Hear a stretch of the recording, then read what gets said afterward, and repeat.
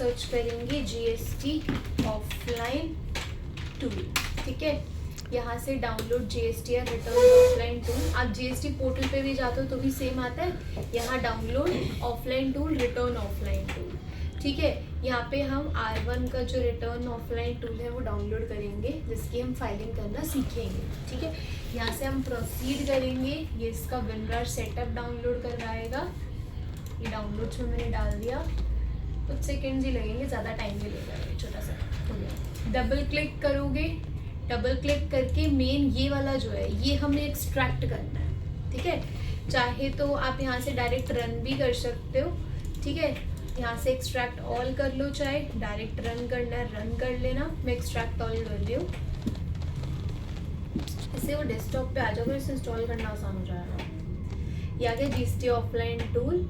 आप इसे double click करोगे, मोर इन्फो, रन, यस कर देना, नेक्स्ट डेस्कटॉप आइकन को यस कर देना। ठीक है,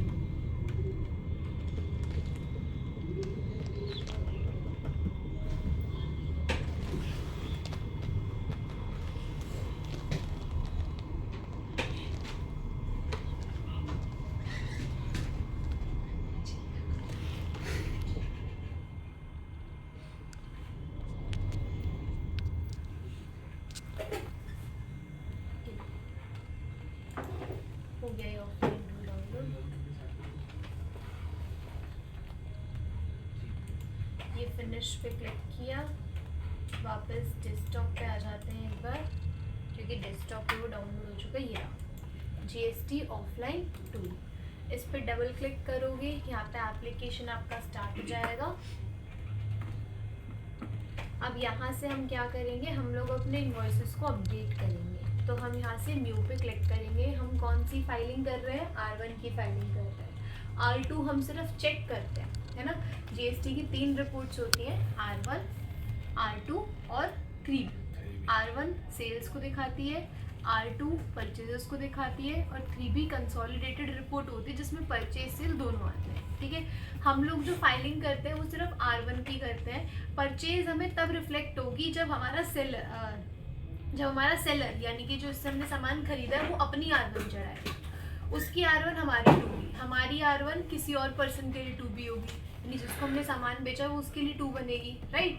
तो इसी तरीके से आपकी 2 जो है वो ऑटोमेटिकली जनरेट होती है और R1 हमें फाइल करनी पड़ती है। ठीक है, तो मैंने यहाँ से R1 ले लिया। अब सबसे पहले आएगा GST number of the supplier, आप जिसका GST डिटेल, जिसका टैक्स भरना चाहते हो। तो यहाँ पे मुझे किसका टैक्स भरना है, अपनी कंपनी का, है ना। तो मेरी कंपनी का टैक्स निकालने के लिए हम यहाँ से डिस्प्ले मोर रिपोर्ट पे चलते हैं, स्टैट्यूटरी पे चलते हैं, GST रिपोर्ट्स, और R1 मैंने खोल ली। सबसे पहली चीज़ तो ये चेक करना कि कोई भी एंट्री ट्रांजैक्शन एरर में तो नहीं है।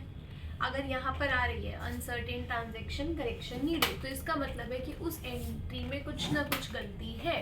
तो यहाँ पर वो बोल रहा है कि मैंने 2 एंट्रीज करी है जिनकी GST नंबर मिसिंग है।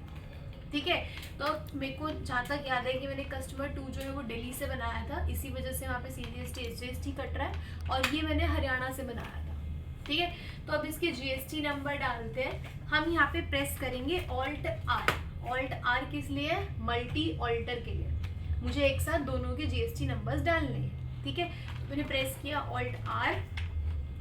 यहाँ से हम GST नंबर्स पिक कर लेते हैं अपनी GST सर्वर की वेबसाइट से, या यहाँ से आपसे कॉपी कर लो ना डायरेक्ट। हाँ, मैं भी वही सोच रही हूँ। ठीक है, ये मैंने कॉपी कर लिया, यहाँ पे आके पेस्ट करा, एंटर। हरियाणा का भी ले लेते हैं, हरियाणा का है कोई, हाँ है ना, 7th एंट्री 06, ये भी कॉपी कर लिया, और यहाँ पे जाके हमने कर दिया पेस्ट। इसे करेंगे सेव, बाहर जाएंगे तो अब देखो अनसर्टेन ट्रांजेक्शन में कोई ट्रांजेक्शन नहीं है ना। तो ये ध्यान रखना कि यहाँ पर आपकी ट्रांजेक्शन 0 होनी चाहिए। ठीक है, अब यहाँ पे आपके पास आते हैं अलग अलग सेक्शन, जैसे B2B, B2C, B2B यानी business to business, B2C business to consumer. ठीक है, इसके अलावा आपके यहाँ पे अगर कुछ भी रिटर्न्स होते हैं, जैसे मैंने यहाँ पे एक रिटर्न की एंट्री रिकॉर्ड करी है क्रेडिट नोट की, कि आइटम A जो है मुझे कस्टमर से वापस आया, तो वो रिटर्न का CGST ऑब्वियसली लेस करोगे, क्योंकि अगर आपने 10,000 का टैक्स जो है वो शो करा है तो उस 10,000 में से 1,000 का टैक्स आपको वापस भी तो मिलेगा, है ना। तो यहाँ पे आपका वो लेस में चला जाएगा। इसके अलावा आपके यहाँ पे B2C जो है वो बिजनेस टू कैश के होते हैं, जैसे आप लोगों ने लास्ट में कैश की एंट्रीज करी है, यहाँ पे मैं भी करती हूँ। और जब भी हम लोग कैश की एंट्री करते हैं तो यहाँ पर भी स्टेट जो है वो मेन रोल प्ले करती है, ठीक है। अगर मैं यहाँ पे लिख दूंगी हरियाणा, इसमें GST नंबर डालने की नीड नहीं है, ठीक है। कैश में आप बिना GST नंबर के चला सकते हो। हरियाणा है तो ऑब्वियसली IGST लगेगा, मैंने इनपुट करा दिया, आउटपुट कर देगा, ठीक है। अब देखो एंट्री आ गई। इसी तरीके से मान लो एक एंट्री मैंने और करी दिल्ली के लिए ही, सेल पे गए 10 पीसेस से 5 और यहाँ पर CGST और SGST और इसे कर दिया सेव। अब वापस जाएंगे हम लोग display, statutory reports and then GST reports. R1 पे जाएंगे, यहाँ पे देखो B2C स्मॉल के अंदर आ रही है। अब B2C स्मॉल के अंदर आने का रीज़न उसका ये है कि आपकी जो वो ट्रांजेक्शन है उसका अमाउंट थोड़ा कम था, राइट। यानी कि उसका अमाउंट जो है आपका 2 लाख 5 लाख से नीचे का था, सिर्फ 90,000 का था, इस वजह से वो B2C स्मॉल में आ रही है, ठीक है। बाकी आपका B2C लार्ज में भी आएगी। B2C लार्ज में तब आएगी जब उनका अमाउंट ज़्यादा होगा, ठीक है। 2 लाख से ऊपर। ये क्लियर हुआ। अब यहाँ पर ये फिर से एक एरर दिखा रहा है कि nature of the original sales is not defined, B2C small और लार्ज। अब इसमें ये हमसे पूछ रहा है क्यों, क्योंकि ये जो सेल थी हमारी किसकी थी, इंटरस्टेट की थी, दूसरे स्टेट्स के साथ थी, है ना। तो आप यहाँ पे मेंशन कर सकते हो, मान लो मैंने इसे B2C लार्ज में डाल दिया, तो अब ये किस में रिफ्लेक्ट होगी, आपकी B2C लार्ज में। तो अमाउंट भी तो हुआ उसमें, अमाउंट का है लेकिन आने तो B2C लार्ज में जाएगा। ये एक क्रेडिट नोट हो गया, कुछ नहीं हो गया, उससे ज़्यादा ये दूसरा क्रेडिट नोट हो गया,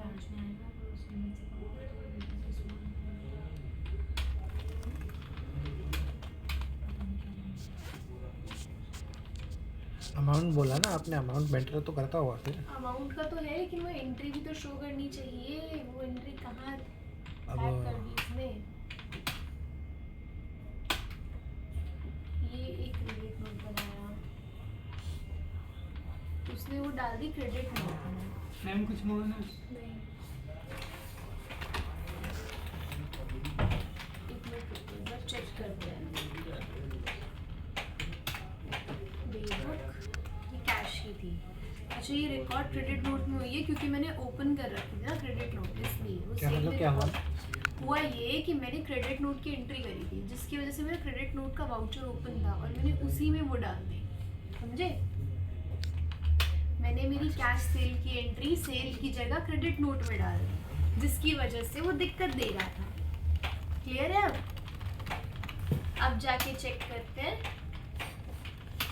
फिर से। अब आ गई दोनों स्मॉल में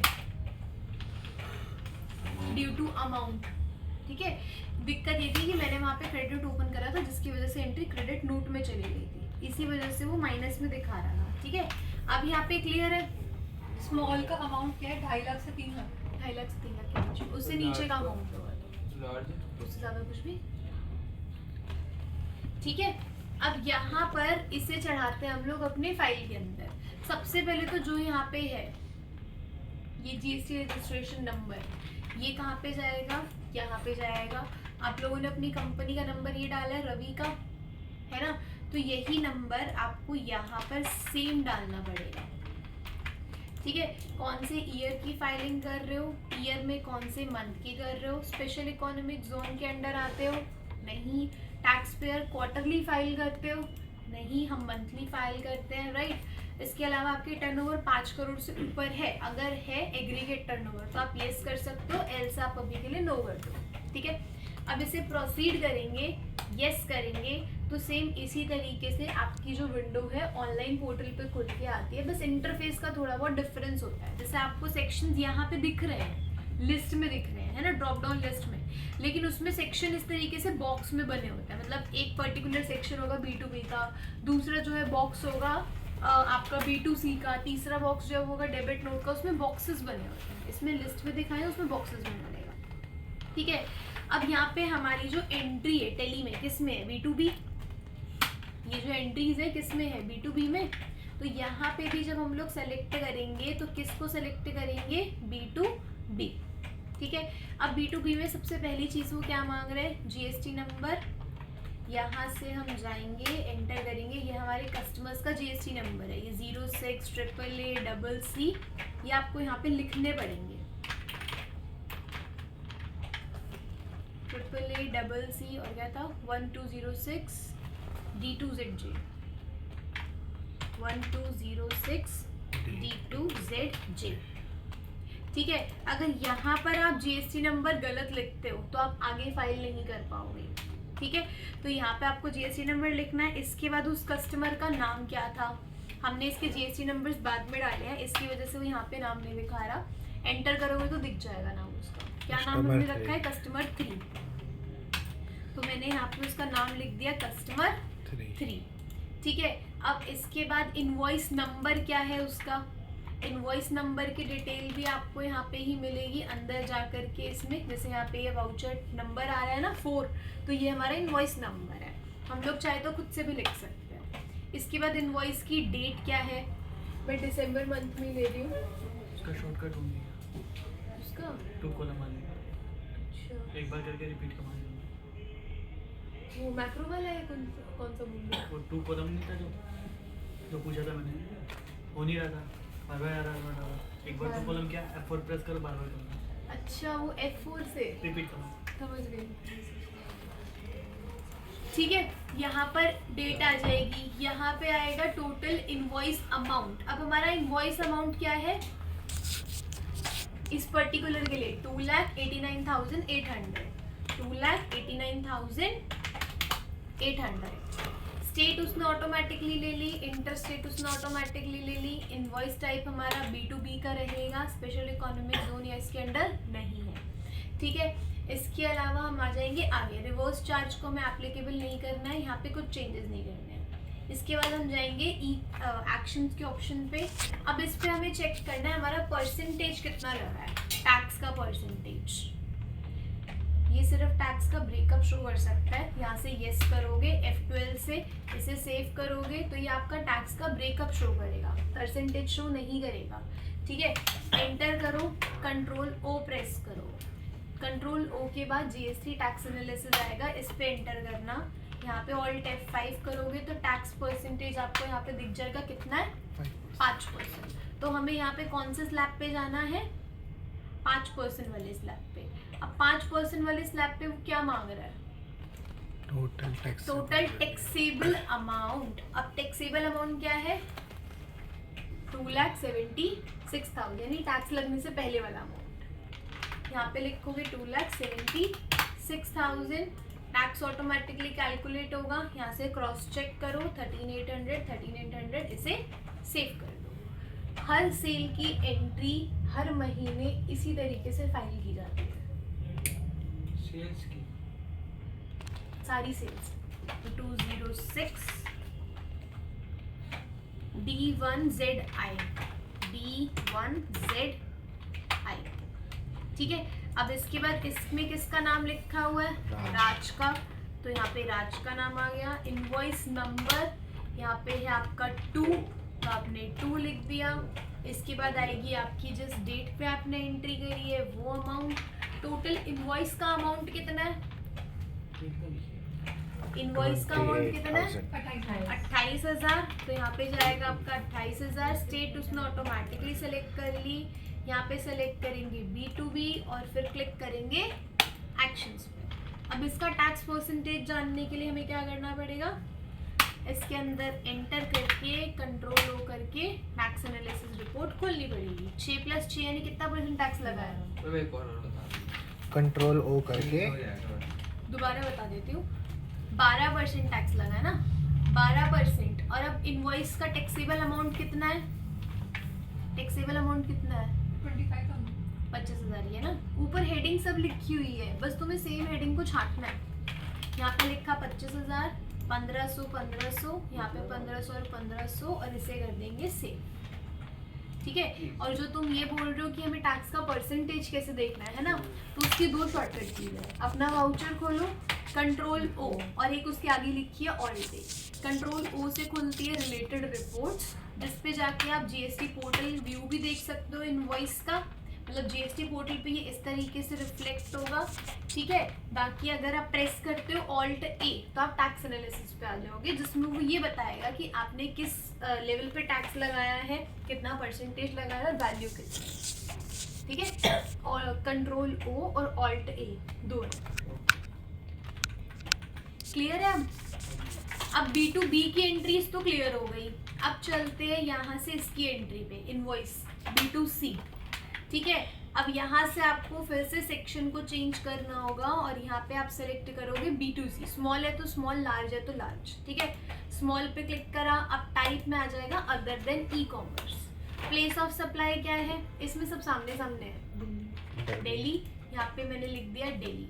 टैक्सेबल अमाउंट कितना है, 50,000 90,000, यहाँ पे लिख दिया 90,000। परसेंटेज कितना है दिल्ली पे, 12%, यहाँ पे लिख दिया 12%। अब देखो टैक्स उसने 5400 ऑटोमेटिकली कैलकुलेट कर लिया। आगे जाओगे, यहाँ पे कुछ चेंजेस नहीं करने हैं, ये सारे आपके उसके लिए होते रिवर्स चार्ज के लिए। अब आप यहाँ से एक्शंस पे क्लिक करके इस एंट्री को डायरेक्ट कर दोगे सेव। ये सबसे इजी है ना। Again other than e commerce, place क्या थी, हरियाणा। अमाउंट कितना है टैक्सेबल, 36,000।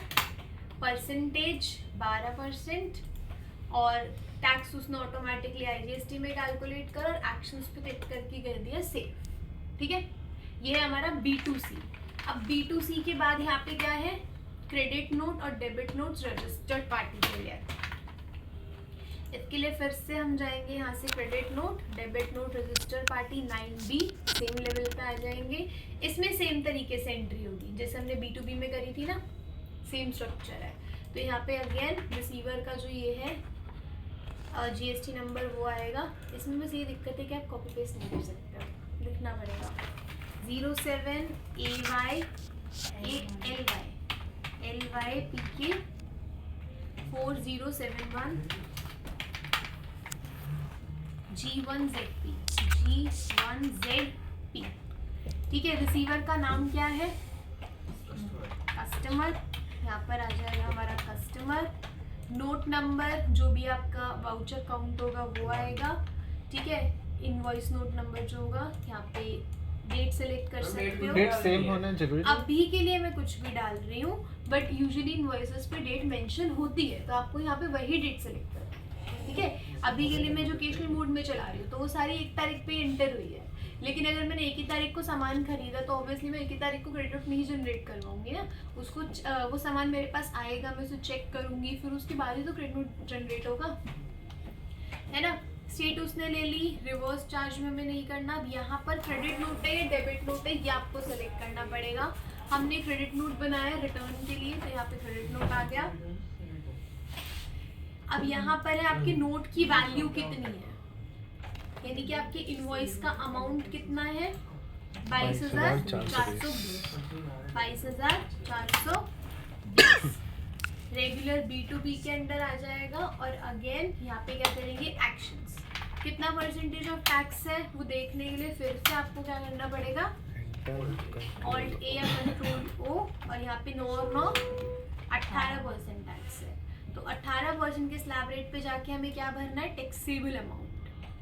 18% के स्लैब रेट पे गए, टैक्सेबल अमाउंट कितना है, 19,000। तो यहाँ पे मैंने लिख दिया 19,000। उसी के अकॉर्डिंगली ये क्या करेगा, टैक्स को कैलकुलेट करेगा 1710 इसे करेंगे सेव, और हमारी एंट्रीज यहाँ पे हो जाएंगी कंप्लीट। हर महीने की सारी सेल्स ऐसे चढ़ाने के बाद आप जाओगे व्यू समरी पे, तो यहाँ पे आपको पूरा टैक्स का जो है एक तरीके से डिस्क्रिप्शन मिल जाएगा कि B2B में आपका कितना टैक्स कलेक्ट हुआ है, B2C में कितना कलेक्ट हुआ है, रिटर्न कितना गया है टैक्स का, वो सारी चीज़ें आ जाएंगी, ठीक है। अब ये तो है ऑफलाइन टूल। ऑफलाइन टूल पे एंट्री करने के बाद आप यहाँ से देखो JSON फाइल को निकाल लो, JSON फाइल जनरेट हो जाएगी। अब इसी JSON फाइल को अगर मैं अपने एक्चुअल पोर्टल पे ले जाके अपलोड कर देती हूँ तो गवर्नमेंट क्या करेगी, वो इसे एक्सेप्ट करेगी, चेक करेगी और उसको भी आपका फाइनलाइज करेगी। यानी कि अगर आप डायरेक्ट GST पोर्टल पे जाके ऑनलाइन मोड में नहीं करना चाहते हो तो आप ऑफलाइन टूल डाउनलोड करो, अपनी एंट्रीज इस तरीके से पोस्ट करो और JSON निकाल लो। JSON निकालने के बाद आप इस JSON फाइल को गवर्नमेंट के GST पोर्टल पे जाके अपलोड कर दो। गवर्नमेंट इसे एक्सेप्ट करेगी, वेरीफाई करेगी और उसके अकॉर्डिंगली आपका टैक्स कैलकुलेशन आपको दिखाएगी। ठीक है, क्लियर है? हाँ या ना? इसमें मेरे पास चॉइस है कि मैं ऑनलाइन करना चाहती हूँ, ऑफलाइन टूल यूज करना चाहती हूँ। हाँ, वो चॉइस है। सेम प्रोसीजर है दोनों का। बिल्कुल। हमें अपनी सारी चीज गवर्नमेंट को दिखानी है। हाँ बिल्कुल, क्यों नहीं दिखानी है? जो बिल ना मांगे वो मत दिखाओ। रूल बैन कर- वो सबसे इलॉजिकल चीज थी, तंदूर बैन करना। अभी बताइए। जो गवर्नमेंट को टाइम चाहिए होता है वेरीफाई करने का, वो बहुत लॉन्ग ड्यूरेशन रहती है, विद इन नहीं 15 days 30 days। वो जल्दी हो जाता है। बात करो।